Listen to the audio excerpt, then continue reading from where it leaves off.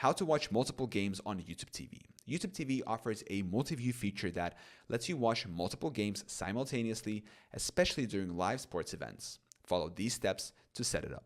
Step number 1, open YouTube TV. Launch the YouTube TV app or visit tv.youtube.com on a supported device. Step number 2, sign into your account. Ensure you're logged into your YouTube TV account. Step number 3, go to the Live tab.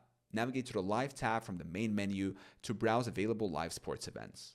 Step number 4, look for Multiview option. If Multiview is available, you'll see a Multiview preview option showing 2 or more games on one screen. Step number 5, select Multiview. Click on the Multiview preview to start watching multiple games simultaneously.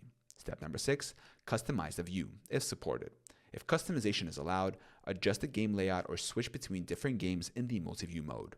Step number 7, exit Multiview. To exit, press the back button or navigate away from the Multiview screen.